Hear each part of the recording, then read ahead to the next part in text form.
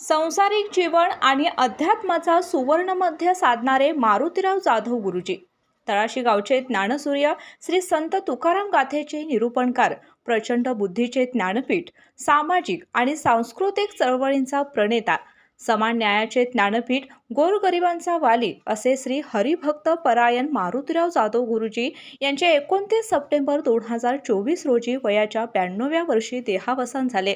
तळाशीसारख्या डोंगर भागामध्ये 18 ऑगस्ट 1934 रोजी भाऊसाव जाधव यांचा अंबुबाई जाधव यांच्या पोटी जन्म झाला. अत्यंत हालाकीची परिस्थिती, कुटुंबातील सर्व सदस्य अत्यंत प्रामाणिकपणे कष्ट करणारे, काळ्या आईची सेवा करत आपला उदरनिर्वाह करणारे, घरामध्ये पंढरीची वारी अत्यंत निष्ठेने चालवणारे हे कुटुंब, आणि या सर्वांचा पगडा गुरुजींच्यावर अत्यंत लहानपणापासूनच पडला. प्राथमिक शिक्षण घेताना अत्यंत हाल होत होते. शाळेसाठी ते कित्येक किलोमीटर चालत नरतवडी या गावी जात असत. शिक्षण पूर्ण झाल्यानंतर त्यांनी मास्तरकीची नोकरी पत्करली खरी, पण ती जास्त काळ टिकली नाही.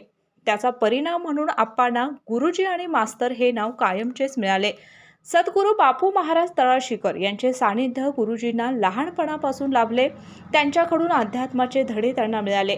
भगवद्गीता, ज्ञानेश्वरी, भागवत, तुकाराम गाथा या ग्रंथांचे क्रमशः अध्ययन, चिंतन बापू महाराजांच्या सानिध्यात प्राप्त केलं. पण पुढे परिस्थिती निरूप त्यांना राजकारणात भाग घ्यावा लागला.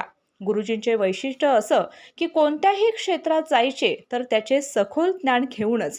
त्यामुळे कायदा, सहकार, शेती आंदोलन, अध्यात्म अशा अनेक क्षेत्रांमध्ये गुरुजींनी स्वतःचा दबदबा तयार केला. तळाशी गावाशेजारी जवळपास 7 ते 8 वाड्या वस्त्या आहेत. त्या काळचे तेथील लोकांचे जीवन म्हणजे आदिवासी लोकांसारखेच. त्या भागात कोणत्याही प्रकारच्या सुखसुविधा स्वातंत्र्याच्या बऱ्याच वर्षांनंतरही उपलब्ध नव्हत्या. तेथे ना शिक्षणाची सोय, पिण्याच्या पाण्याची सोय, ना आरोग्याची सोय. या वाड्यावर कोणतीही राजकीय असो किंवा सामाजिक कार्यातून असो या लोकांची कोणीच दखल घेत नव्हतं. त्यावेळी मारुतीराव जाधव गुरुजी यांनी या वाड्या वस्त्यांवर संघर्षातून चमत्कार घडवून आणला. गावातील अंधश्रद्धा दूर करण्यासाठी जटा निर्मूलन मोहीम स्वतः हाती घेतली.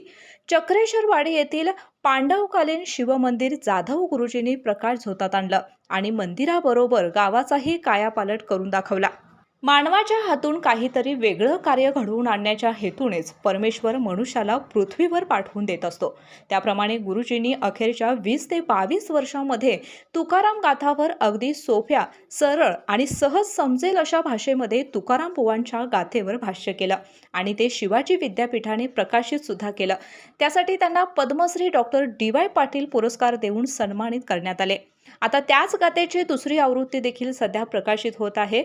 यातूनच पुढील वाङ्मयीन साहित्यातील अभ्यास करणाऱ्या सर्व विद्यार्थ्यांना त्याचा अतिशय बहुमोल असा उपयोग होणार आहे.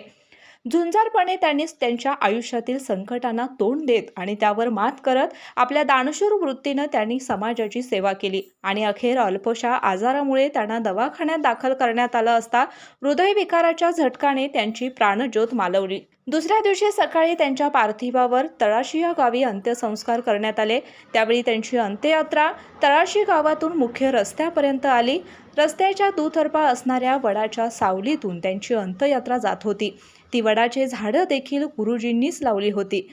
ती झाडं देखील त्यांचे अंतिम दर्शन घेण्यासाठी व्याकुळ झाली होती. त्या झाडांनाही आपला आधारवड हरपल्याने अपरिमित दुःख झालं होतं.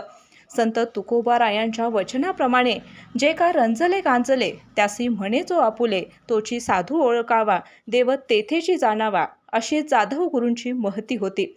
त्यांना अंतिम निरोप देताना विविध क्षेत्रातील लोकांनी, मानवाधिकार संस्था, विविध क्षेत्रातील साहित्यिक, सर्वपक्षीय नेते, समाजवादी संघटना, सेवा संस्था, सहकारी संस्था तसेच बऱ्याच गावचे आजी माजी सरपंच तसेच कष्टकरी व सामान्य जनता या सर्वांनी वेगवेगळ्या स्वरूपातील त्यांच्या अनुभवातून आलेल्या भावना व्यक्त केल्या व त्यांना श्रद्धांजली वाहिली. त्यामध्ये प्रत्येकाने गुरुजी कसे होते हे त्यांना आलेल्या त्यांच्या अनुभवानुसार सांगितलं.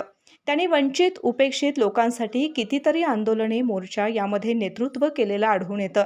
त्यांचं कार्य आणि विचार जर आपल्याकडून पुढे पोहोचवले गेले तर कदाचित अन्यायाविरुद्ध बोलणाऱ्या प्रत्येक विचारात गुरुजी परत दिसतील आणि हीच खऱ्या अर्थाने त्यांना दिलेली श्रद्धांजली असेल. मरावे परी कीर्तिरूपी उरावे या उक्तीप्रमाणे जाधव गुरुजींनी आपले जीवन सार्थकी लावले असे म्हणता येईल. शाहू न्यूजसाठी कार्यकारी संपादिका निलोप्रभा धनाजी जाधव.